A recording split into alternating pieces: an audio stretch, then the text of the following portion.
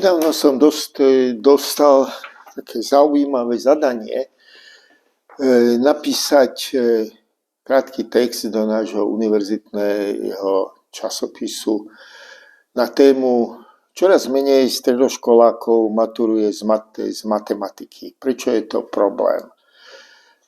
Nuž, zamyslel som sa nad tým, vlastne prečo je to problém. Napadol ma, ako obvykle začínam, takéto nejakým citátom, tak tento som si priznám sa vymyslel.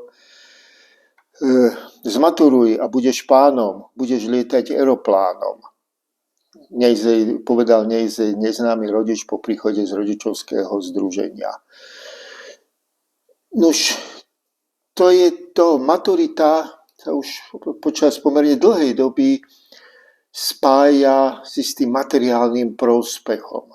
Zmaturuj a budeš pánom, zmaturuj a budeš sa mať lepšie, ako sme sa mali my. To je, asi to pravda je v konečnom dôsledku, že vedomosti sú moc, vedomosti vás môžu niekam posunúť, ale to nie je zmysel maturity. Maturita ako taká má svoj pôvod v 7 slobodných umeniach. Už som ich mnoho razy spomínal a spomeniem ich znovu. To je tá pozná antika, ktorá hovorila o retorike, gramatike a dialektike. Čiže umeniu hovoriť, v dialogu rozprávať sa, ktoré sme úspešne zabudli. Gramatika, to je umenie napísať svoju myšlienku tak, aby ju pochopil aj niekto iný. No a dialektika je, dnes by sme povedali, kritické rozmýšľanie. Náuka, ako učiť seba samého, poznávať svet. Veľmi zložité. A na to sa používajú predmety kvadrívia. To je geometria, aritmetika, astronómia a hudba. Čiže skrátka istý druh klasického vzdelania, že moja generácia chodila na výtvarnú, na klavír. Netvrdím, že som tam nejako veľmi rád chodil ešte v tom mladom veku, ale chodil som, lebo sa to tak patrilo, tak sa to robilo. To bol pozostatok tohto kultúrneho vzdelávania. Za Napoleona vo Francúzsku, myslím, je 1808, ak sa nemýlim, sa maturita spojila s istou skúškou. To je tá moderná forma maturity, ktorá umožňovala tomu dotyčnému postúpiť do štátnej sféry. Tam možno je niekde ten prvopočiatok toho zmaturuj a budeš pánom.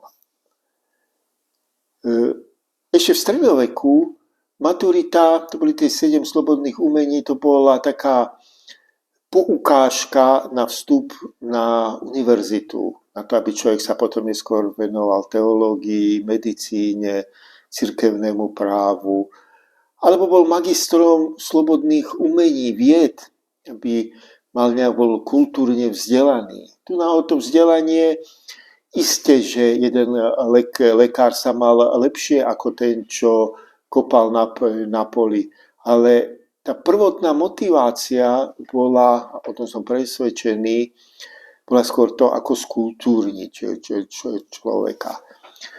Toto sa v súčasnosti úplne stratilo. Dokonca tá istá liberalizácia, alebo dokonca poviem socializácia vzdelávania vedie k tomu, že maturitu doslova vnúcujeme aj tým, ktorí ju nepotrebujú. Možno nebudete so mňou v tomto bode súhlasiť, ale skutočne nie každý potrebuje maturitu v zmysle 7 slobodných umení. Dobrý remeselník je jeho živobytie, jeho vzdelávanie, jeho kultúrny rozvoj je založený na niečom inom ako na vyššie formálnej maturite, ktorá je mnohých prípadoch opäť formálna vstupenka na ďalšie vysokoškolské vzdelávanie. Darmo sme zabudli, čo vlastne maturita mala robiť, a navyše to, že sa mladí ľudia bránia maturovať v tomto prípade z matematiky, ale aj z iných predmetov, ktoré sú zložité.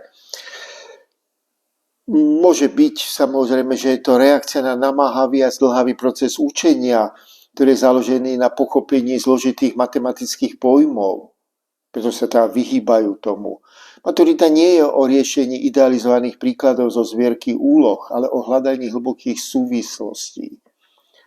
Škola tu nie je na to, aby vysvetlila svojim študentom, že sú nemožní a hlúpi, keď to niekedy tak vyzerá. Ona ich má kultúrne vzdelávať. A má ich zaujať. Má ukázať, že má zmysel na sebe pracovať, a nie preto, že ten cieľ je mať majetkový prospech. Hoci určite to nie je na škodu, ale ten hlavný cieľ má byť skultúrniť svoju vlastnú osobu, prípadne neskôr skultúrniť svoje okolie. Takže ukončil som tento článok, tento text, takým odsekom. Vyhýbanie sa maturite z matematiky nie je problém. Je to výzva, ktorú nám vysiela mladá generácia. Ak túto výzvu nevypočujeme a hlavne nezmeníme metódy komunikácie so študentami, tak až vtedy budeme mať problém. Problém, ktorý sa bude manifestovať úpadkom nielen materiálnym, ale hlavne morálnym a duchovným naprieč celou spoločnosťou. Dôležité je naprieč celou spoločnosťou, pretože to skультúrnenie nemusí byť zapojené len tým, že ukončí maturitou. To je v poriadku, keď ju nechce, nepotrebuje ju, nemusí ju mať.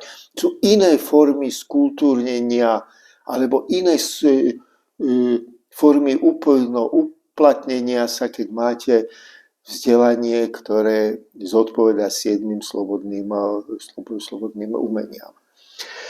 Tu prejdeme od maturity k vysokým školám. Môj kamarát Martin sa raz opýtal, tak bola to taká rečnická otázka, sedeli na pive, že mladí ľudia strávia na univerzite 5-6 rokov svojho života. To je pomerne veľká časť aktívneho života, že prečo si nepoložia otázku, že čo im tá univerzita dala. Aký má význam tých 5 rokov.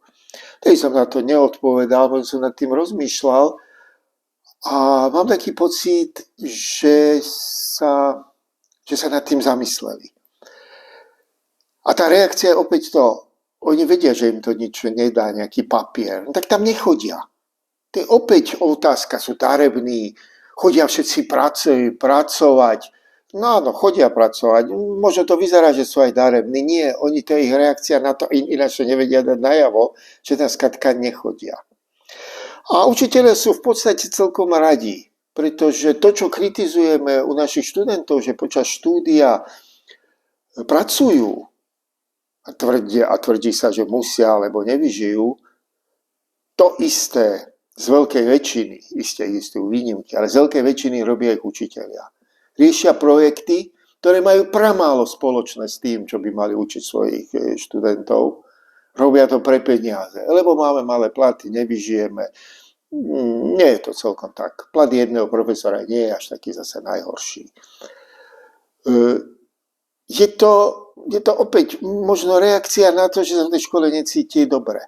Že skrátka bude robiť niečo, tvrdiť, že tomu zrobí pre peniaze. Nie, on vlastne nevie, čo by v tej škole robil. Ono, budeme úprimní. Venovať sa študentom a pedagogike, robiť učiteľské povolanie je sakramensky ťažká práca. A to mi verte. Ja som v živote sa zapojil a pomerne intenzívne som v istých obdobiach života robil to, čo sa volá veda. To som v v zahraničí, publikoval som vo Physics Review, nie tak zle.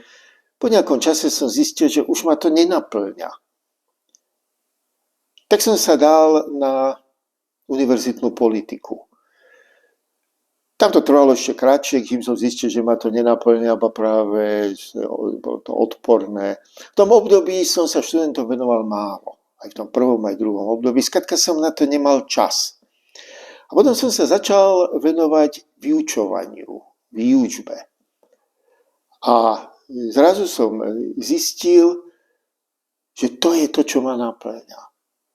Ale najmä preto, že je to náročné, ťažké, je to výzva. Viete, koľko kníh treba prečítať, kým si človek pripraví takú prednášku, ktorá nie je založená na vzorcoch? Takže keď som na začiatku, keď som sa tej výučbe tak málo venoval, tak som popísal spústu tabúl vzorcami na fyzike.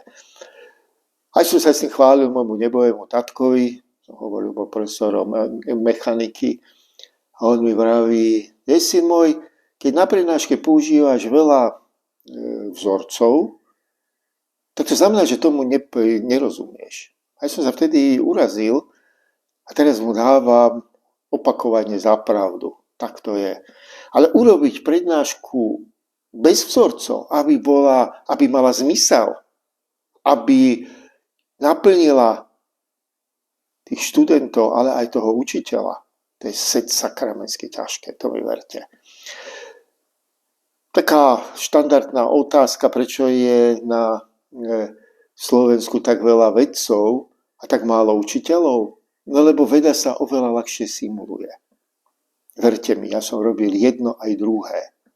Dajme nabok politiku, to je kapitola úplne mimo každého rámca. Čiže verte mi, veda sa oveľa ľahšie simuluje, ako učenie. Tam sa nemôžete postaviť a rozprávať báchorky. No, spraviť to môžete, ale výsledok je taký, aký je. Tí študenti tam nechodia, prípadne tí, čo chcú viacej, idú do zahraničia. To nikomu nie je čudné, že máme mnohonásobne viac študentov v zahraničí, ktorí tam študujú, ako je priemer Európskej únie. Neustále hľadáme dôvody, čo oni nevedia. Oni dobre vedia, prečo tam idú. My si to stále nechceme pripustiť. To je opäť to, že nechodia do školy, že flákajú vzdelávanie, je výzva pre nás, aby sme to zmenili pre učiteľov. Tí študenti nie sú zlí. Tu je veľa talentov. Ja to tvrdím neustále. Na Slovensku je veľký výskyt talentov. Ale máme dobre vypracované schémy, ako sa týchto talentov zbaviť. Dnes je taká zvláštna kombinácia, je veľkonočný pondelok 1. apríla a vrcholia prezidentské voľby. To neviem, či sa to už niekedy stalo, ale na Slovensku určite niekedy stane takáto kombinácia. Možno je to také znamenie, trošku sa zahrajme na takúto notu, že to znamenie, aby sme hneď od zajtra začali pracovať a pracovali ten režim možno zmeniť iba mravenčou prácou od spodu. Mravenčou prácou nás všetkých, ktorí to chceme zmeniť. Možno tí, ktorí pozeráme tieto videjká.